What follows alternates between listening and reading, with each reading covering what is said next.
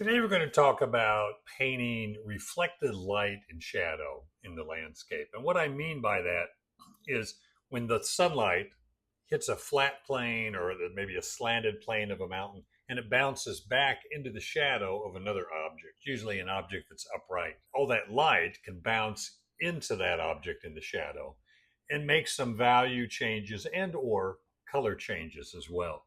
So let's look at some paintings first so I can describe it better.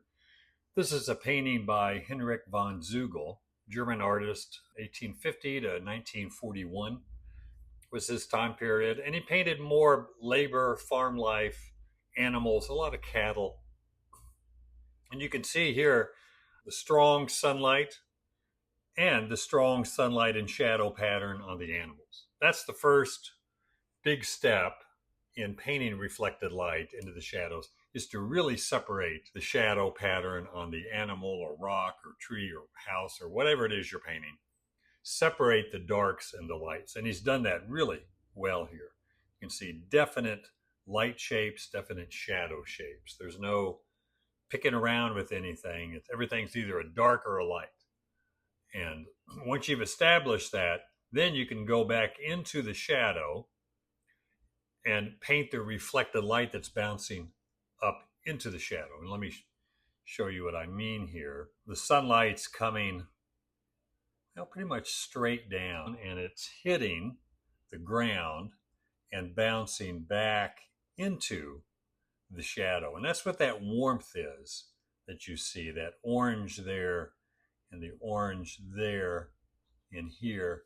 That's the light hitting whatever's around it, and it bounces into the shadow. And that can create two things. It can create a little bit of a value change. Whatever part of the shadow is catching that light, it's going to be a little lighter shadow. And or it could be a color change as well. The color of the light being maybe warmer, more orange, yellow orange, red orange.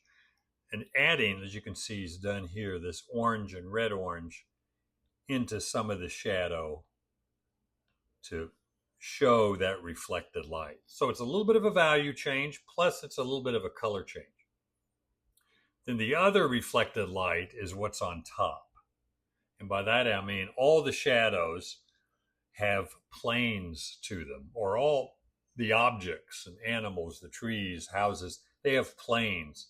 Here, the top plane is catching the light, and the bottom plane is catching the shadow. But in between, like at the top of the shadow, this area right in there, that's facing up. That's facing the sky, even though it's in shadow.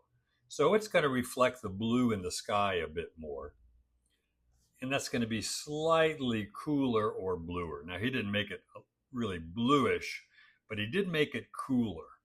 So you can see on this sheep right here, the warmth is bouncing in there, becoming more orange, but then the top of the head and the neck, it's flatter and it's facing the sky and it's a bit bluer. Same thing here, you see the bluer plane, that kind of flat plane on the hip is reflecting the sky.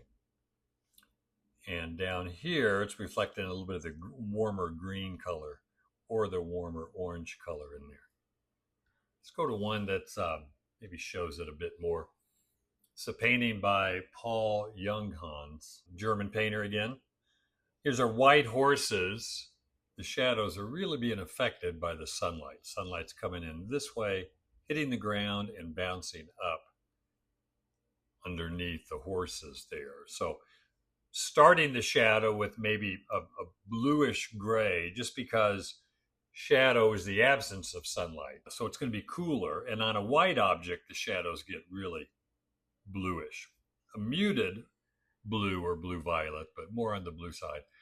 But the reflected light, it's real warm, so it's turning that blue violet into a little bit more of a grayed orange. And that's how those shadows reflect that a bit more. You can see on the face, though, the shadows here, these shadows aren't facing the ground. They're facing the sky. So they're reflecting the blue of the sky. So the shadows on the faces are a bit bluer. Shadows underneath are a bit orange, more on the orange side, again, because the sun is bouncing into it. So that's the difference there, is that the different planes will reflect different lighting. The top of the thing, like this sheep here, the shape of this sheep, there's the top part that's catching the sunlight. That's one plane.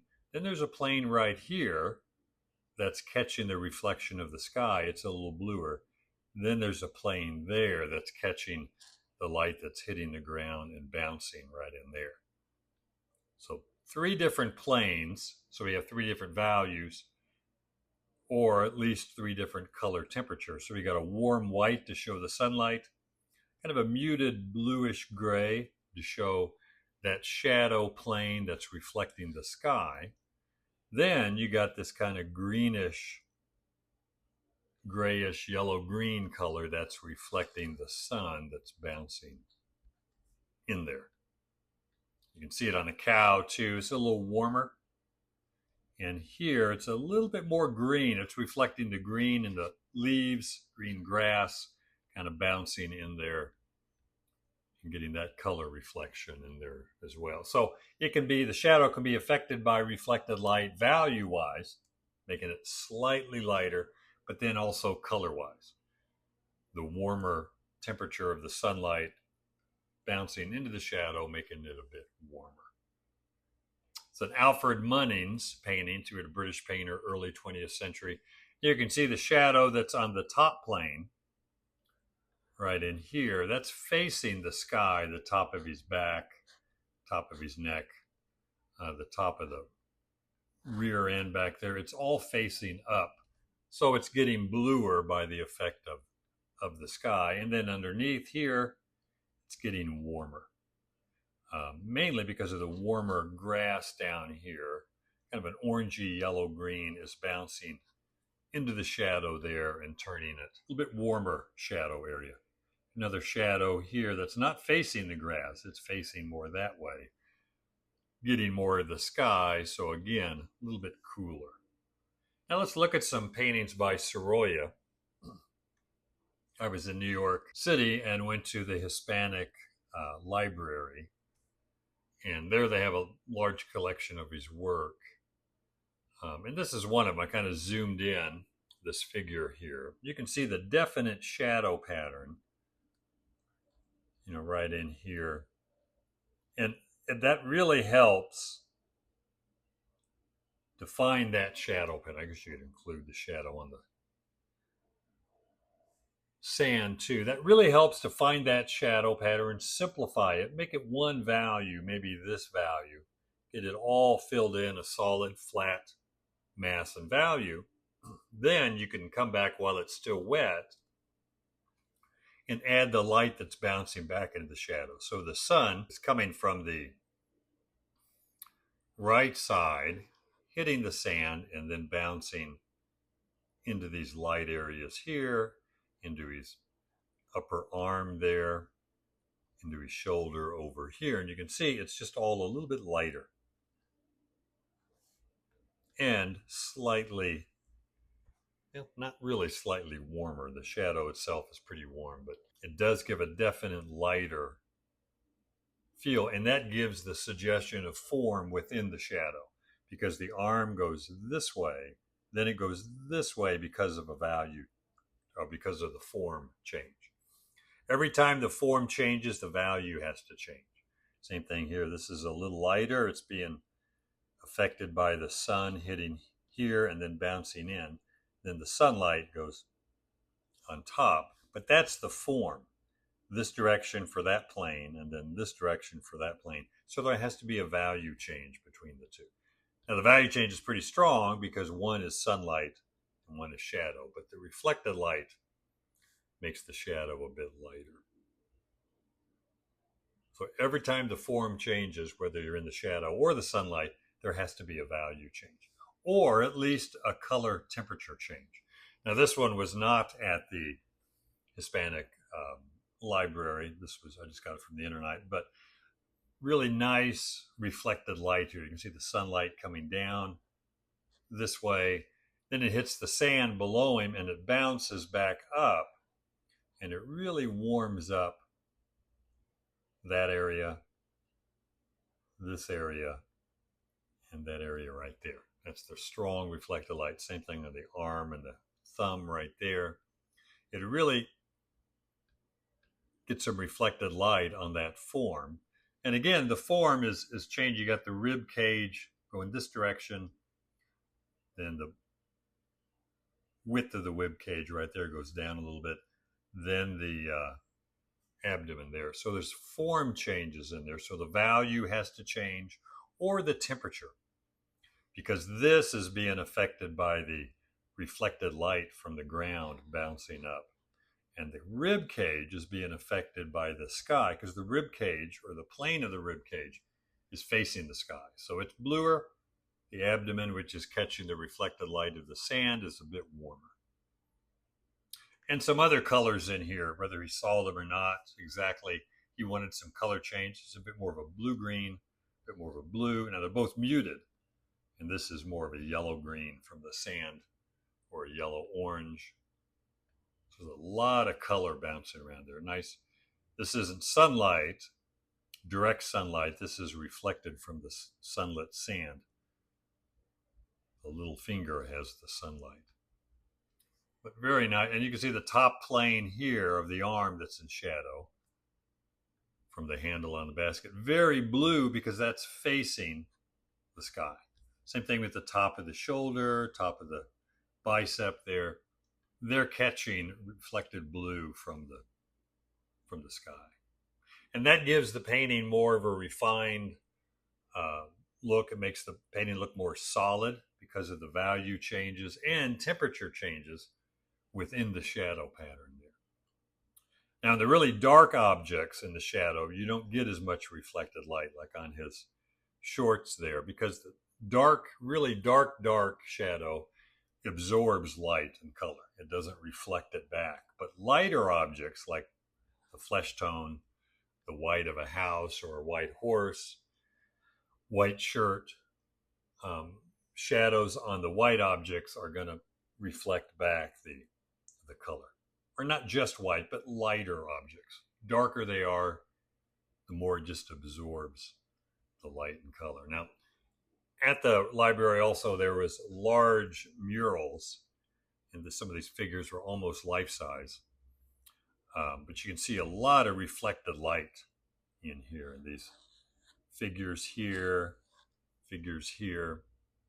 Now the light, just by looking at what the sunlight is hitting, you can tell the light's coming that way. So all the light is coming this way. So it's hitting something down in here that we can't see, and it's bouncing back into these areas pretty strongly. But that's all reflected light. That's not direct sunlight. This is the direct sunlight right in here on the figures. But if we look at this a little closer, at these figures here, you can see that whatever is out of sight, but over here is catching the sunlight and it's bouncing it back. Now it's pretty strong, whatever it is. Usually the reflected light is not as strong as the direct sunlight. You always want to keep the reflected light a bit darker than direct sunlight. Like this is reflected light here. This is the direct sunlight here. There's a little bit of a value difference there, or quite a bit of one. So that looks more sunlit. This looks more shadow, but a little bit of reflected light in there. But he's got quite a bit of reflected light bouncing. All this is reflected. There's the sunlight right there. So all this is reflected really strong. And that really gives form and shape and nice color variation in there. And it really helps to just study how other good artists have done it. Same thing here. This is the direct sunlight. So this is reflected sunlight from somewhere where we can't see. It's hitting down there and bouncing up there. And that's a plane. That's going a different direction. Then it goes this way, then that way. So the shadow here on top of the chest is catching more of the reflected blue from the sky, getting a little cooler. And this is catching reflected warm light from below and getting warmer. A lot of it right here. But these were great to look at. Of course, the photographs of them are always a little disappointing, but you could really see how thick his reflected light was, or how thin it was. Maybe it was just scrubbed in. Maybe it was laid in very directly. Usually scrubbed. You start with the overall value in the shadow. Here, maybe here. Then after you fill it in big and simple, then you come back with this warmer reflected kind of ochre into that shadow. So it sinks into it and becomes kind of part of it as opposed to something separate. But you can see the reflected light hitting this plane on the side of the head, and this plane on the side of the shirt, and this plane. So it's a bit lighter, a bit warmer, and this is reflecting the sky a bit more, so it's a little bit cooler. You can push it. You can push the, you can see here it's a bit bluer. It's reflecting the sky a bit more purple. You can push it bluer. You don't have to try and match what's there. What you want is the effect of the sky color bouncing around in the shadow on the top, and then the warmth on the side or the bottom of the shadow. You can push the color as much or as little as you want, and it's good to experiment. Now, this is Edgar Payne. We'll look at some landscapes here. And here, the local color of this cliff is kind of an orange, yellow-orange. So the shadow is a darker orange, maybe cadmium orange and violet mixed together. Maybe something about like that. Blocking in the whole shadow, then coming back and getting the reflected light. The sun is coming this way, hitting the ground and bouncing here, and some of these lighter areas in there that are slanted down just enough to be a little bit lighter and more orange. Then these are facing up just enough that he's adding some violet or blue in there to show those areas or planes in the rocks that are kind of facing the sky a bit more. And you can make it as simple or as complicated as you want, but just showing some subtle color value variation within the shadow will keep your shadow from looking flat and uninteresting. So another one of Edgar Payne's. And here, the shadow pattern is, getting that shadow pattern in just one color and value first, and then coming back where the sun hits the ground and then bounces back into here and into here and up here. You can see just scrubbing that orange in that initial shadow color, and maybe a little bit lighter gray or orange. Gray and violet, orange and violet or orange and blue, either one, just gives you a warmer gray in there to show that reflected light. Same thing here as the shadow falls out, really blue in here, but here the cliff is facing down a little bit, so it's going to catch light from there. And here it might be facing up or out just a bit more, so it's reflecting the blue from the sky. So another one here, probably more the local color right here, a bit bluer up here, also darker. That could just be the patina of the rock. But you can see the light hitting, it's coming this direction, hitting here and bouncing into this cliff area here. It's a little bit different value and slightly warmer than up here. And that real subtle difference is what makes the painting go beyond just a good block in. It really shows the subtle changes and just the finesse that the finished painting can look without adding a ton of detail. It really has nothing to do with detail. You could have added a ton more detail here, but it reads better without it. But it's the subtle reflected light and color that kind of finishes it, not the detail. Now let's go to a church here. This is in New Mexico, and I'm going to zoom in a bit. And here, the sun is hitting it's coming from the top right. Here we go. So it's coming down here and it's hitting the ground, and that sun will bounce in here a lot more. It really bounces, it hits on the other side of this wall and bounces up underneath here, and that's going to warm up quite a bit. Same thing here. Now the photograph doesn't show it really strong, but I can push that stronger.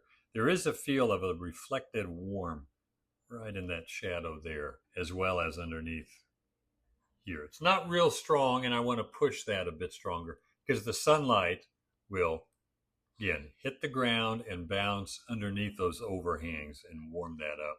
But I want a little warmer here. It's all real cool, these shadows, but this is going to be a little warmer compared to that. And this will be a little darker than those two in this one. And will also be maybe a little warmer here because, again, the sunlight is hitting here and bouncing in there a little bit.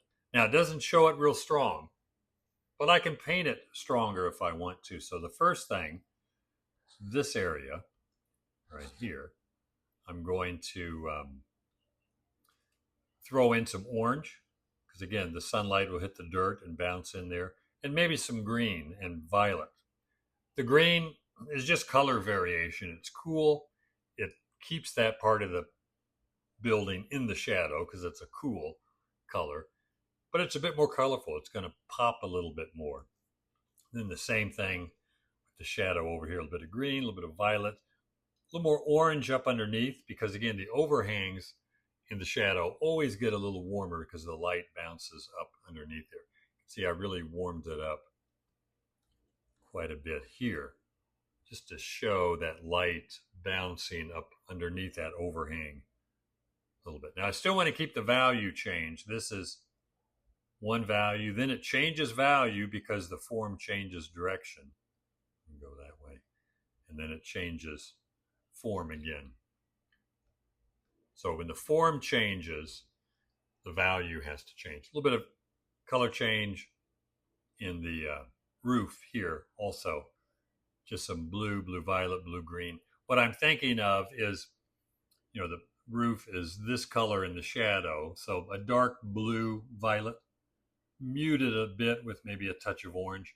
But then I'll use some analogous colors that are close to each other on the color wheel. So blue, blue green, blue violet, violet, and just drag them in that muted blue violet just to break up the color. Because again, there is color bouncing around. Now this one here, this is in Yosemite, and we'll zoom in a little bit. And the sunlight is coming from the right, hitting the rocks and the green grass down below, and probably some sunlit areas down here that we can't see. And then it's bouncing back into there and there. And I can see it in the photograph a little bit, but I want to push it a bit more. Do that again. So that I'm going to hit this area a little warmer. And I'm going to start with one overall muted blue, like blue and orange, orange and blue violet. Something that's going to make that slightly muted, but blue, cool, and then hit the reflected light, that orange with a little violet in it. There's some green in there just for tying some of the green down here into the color of the mountain as well. And then lastly, the light area. See, light area here, it looks like a lot going on. Just two values. I see a kind of a light and a halftone. And those two values are going to stay. That'll stay on the light side. And then all these value changes and color changes will stay in the shadow. I don't want to mix those up. I don't want anything in here nearly as light as the light area. Either one, the lightest or the kind of the halftone patina stain on the rock there. But it just gives it a bit more variation of color and really gives the sense of light bouncing back into the shadow. But it helps to do that when you have one overall color in the shadow first, because whatever I put into that that overall color I start with will hold it together, keep it from the color from just bouncing all over the place. Now another one here, it's a statue, and we're going to zoom in. Is that too close now? Now the statue, of course, the sunlight is coming from this area and hitting the top of the statue. So I'm not getting any direct sunlight down here. It's more just reflected light. So it's going to get some of the red. You can see some of the red of the flowers in here. It turns to kind of a really reddish violet. Same thing in the hair, more red violet. Some warmth from somewhere where we can't see over to the left. There is reflected light warming up the shadow in these areas. Underneath here, underneath the arm, underneath the folds. All that is going to be the warm reflected light. You know, white and orange, but dark enough that it doesn't make the shadow look too light. But yet it is lighter. But I'd probably block it in with this color, just a muted blue. It's a white object, so the shadow would be a grayish blue, and get it all blocked in, maybe 2 or 3 values of blue, because again, there is some form change in the shadow. And then when I have the probably 3 values in the shadow of muted blue, I can start adding color variation. I added it all at once this time. But you can see the red of the flowers bouncing in there, bouncing in there. Some red in here. I can kind of scatter it around. Photograph gives me a place to start, kind of see something, but then I can push it, because the photograph isn't going to pick up a lot. It'll pick up some.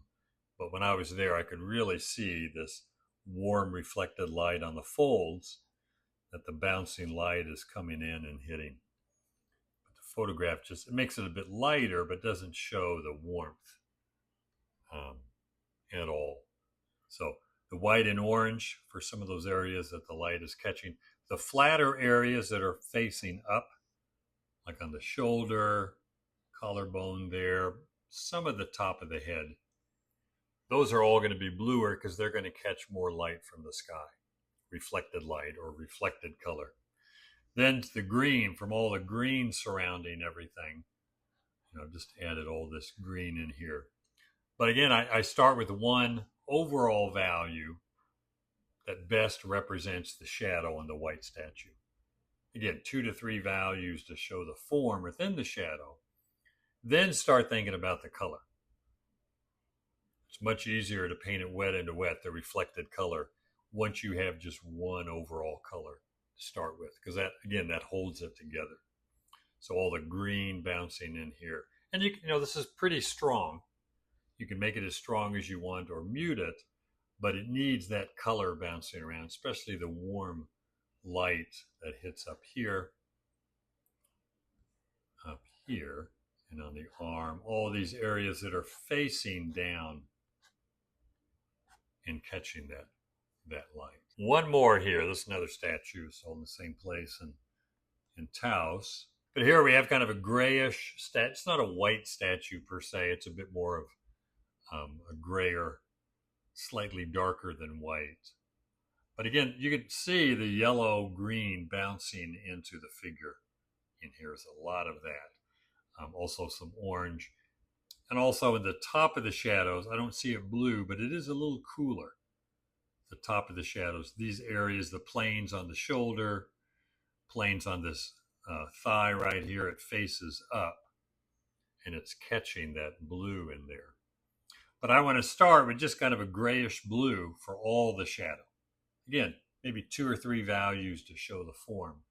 But then come back and start scrubbing in.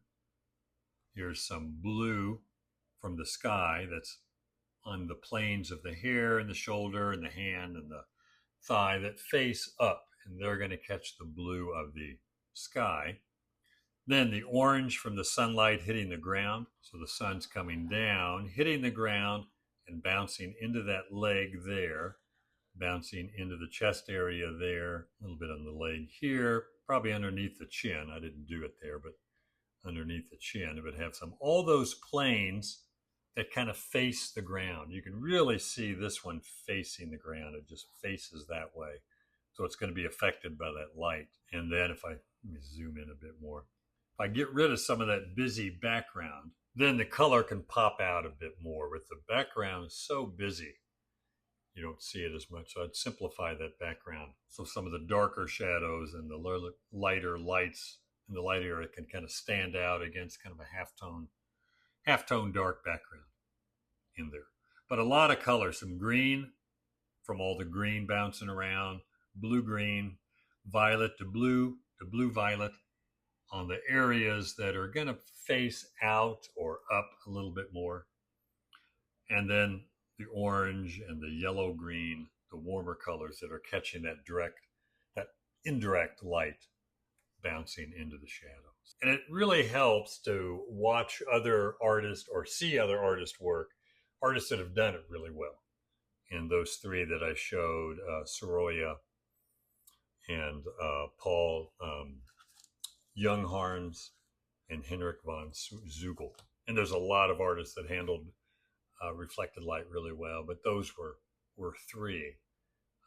And it takes a lot of practice too, just doing a lot of small landscape, still life, where you have a lot of reflected light and just practice doing it.